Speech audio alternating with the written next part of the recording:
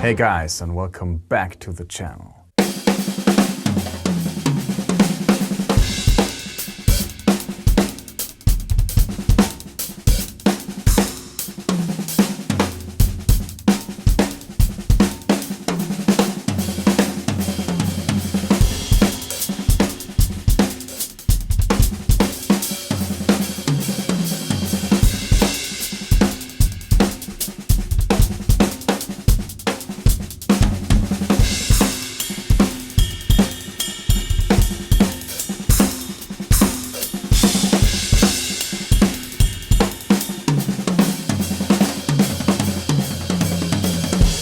Today I want to show you a very, very powerful weapon in our arsenal of stickings and licks.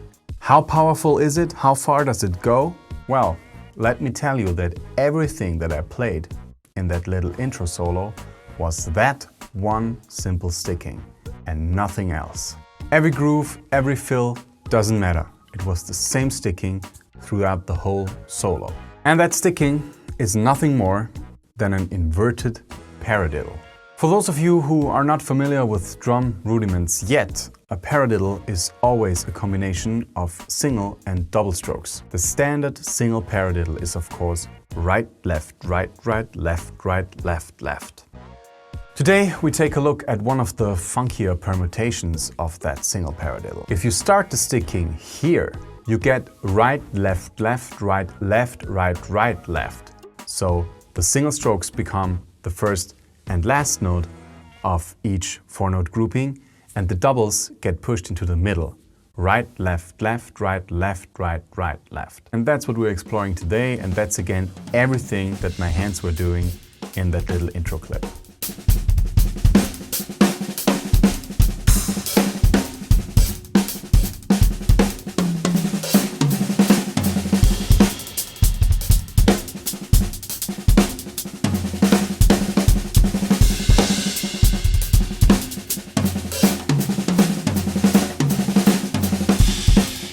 Everything that happened here, again, is just right, left, right, left, over and over.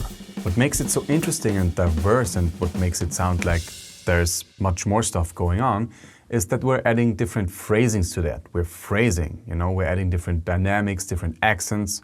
We're putting in a couple of bass drum notes, a couple of hi-hat openings, and so on. But still, the hands are just doing right, left, right, left. The whole time. And I'm going to show you how to do that right now, after I quickly remind you to subscribe to my channel and give this video a like and maybe even a comment. So let's start by playing the sticking on the snare drum.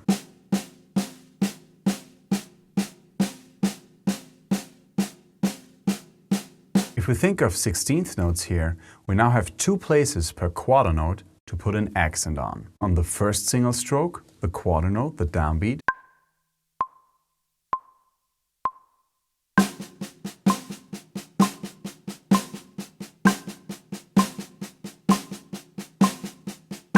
or the last single stroke, the 4th 16th note, the R, the last 16th note of every quarter note.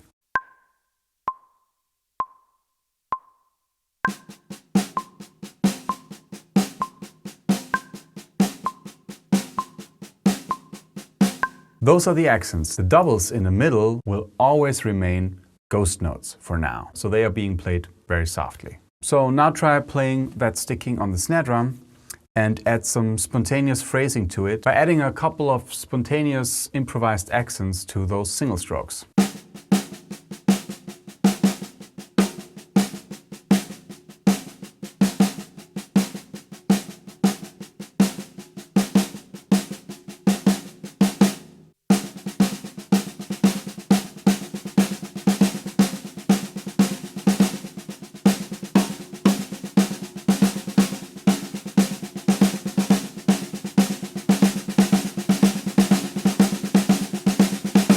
Next, you can do the same thing around the whole drum kit.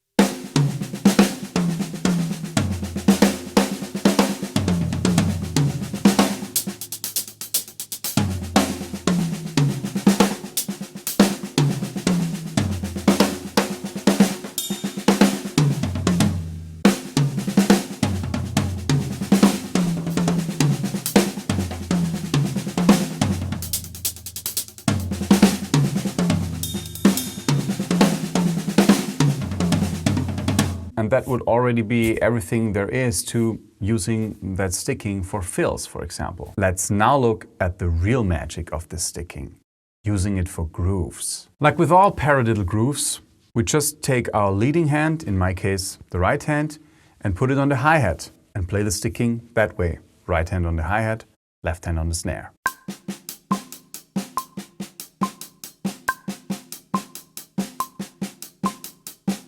Let's now add accents on every quarter note, so on every downbeat, on every first of 4 16th notes, to end up with our most basic inverted paradiddle groove. All snare accents that fall on 2 and 4 become a backbeat. You can play those with a rim shot if you like. And all hi-hat accents that will be on 1 and 3 in a 4/4 bar get boosted with a bass drum kick underneath.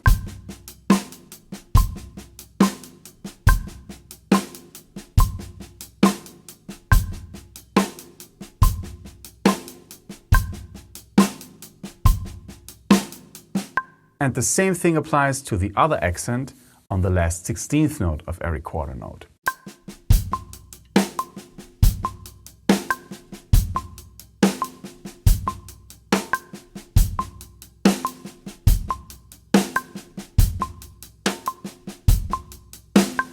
And those are the only accents that can happen, you know? We only have those two positions, the first single stroke and the last single stroke.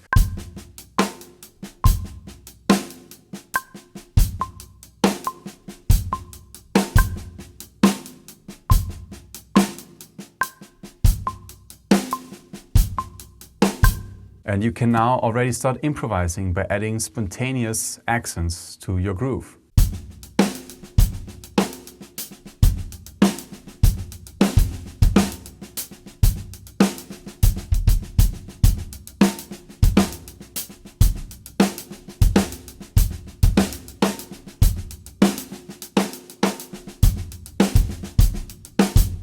A very good system to work on those grooves, this concept in particular, is, like with many different fields in drum practice, doing it with a reading text, you know, like those famous reading texts, Syncopation by Ted Reed, or The New Breed by Gary Chester, and so on. But basically every reading text will do. But you have to follow the following procedure that was developed by the late great Kim Plainfield. Kim was a fantastic drummer and a legendary teacher at the world-renowned Berklee College of Music, as well as the Drummers Collective in New York. He also wrote a phenomenal book that became my Bible for many years, and it still is, Advanced Concepts.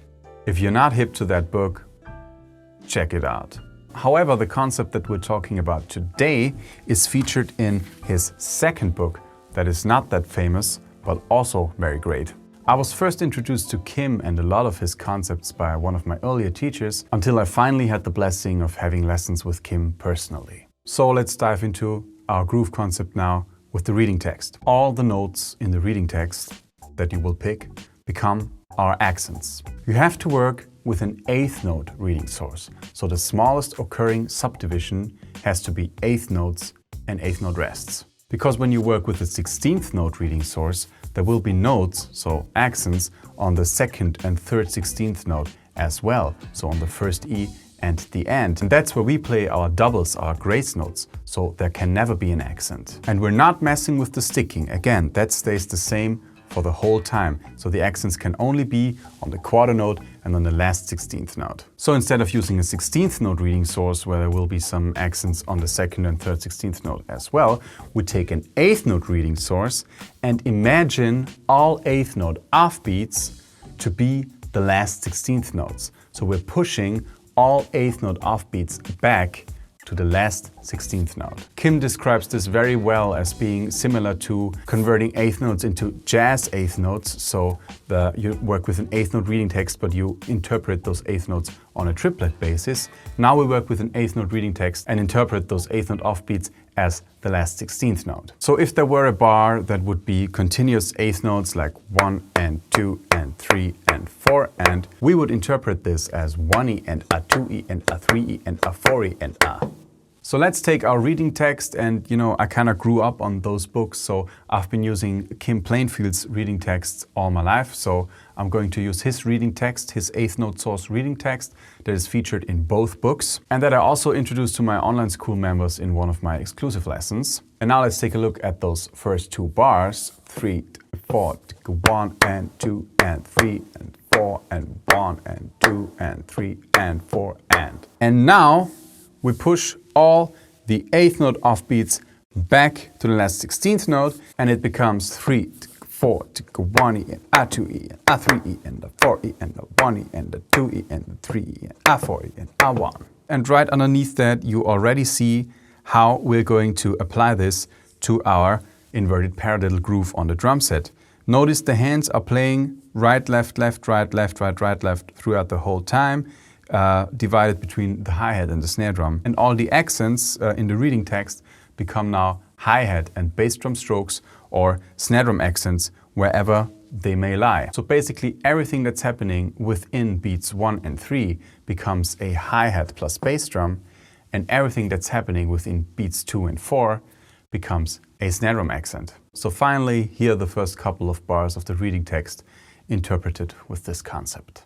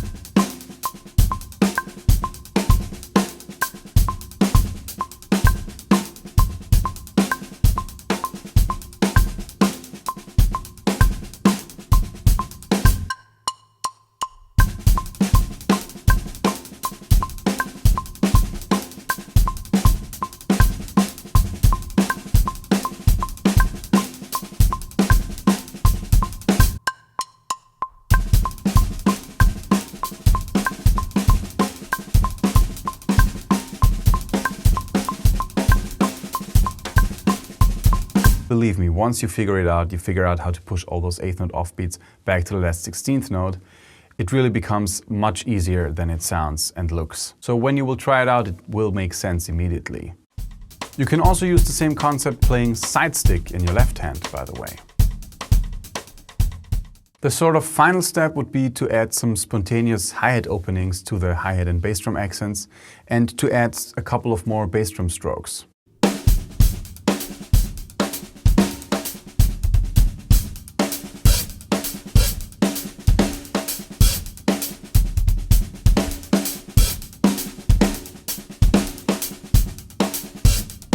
That's something that you can add spontaneously whenever you hear it. And staying in that subject of groove, we can of course put our right hand on a second auxiliary hi-hat on the right cymbal, integrate the right cymbal bell, and once we open up, we can also put our left hand on the hi-hat here and there.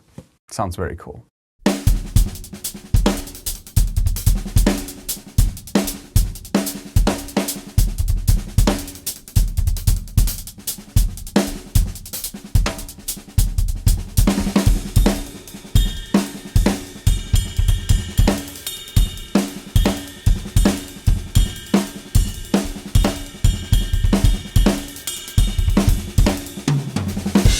Then put all of this together with just using the sticking over the toms, over the drum set, like I explained before.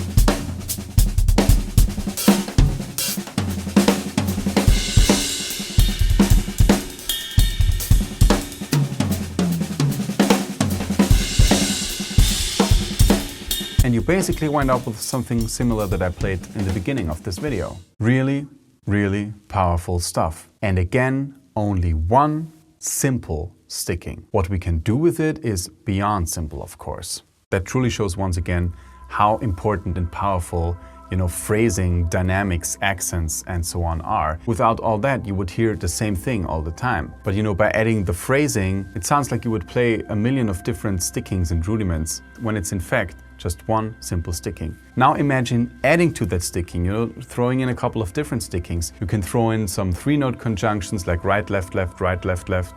That stuff works great.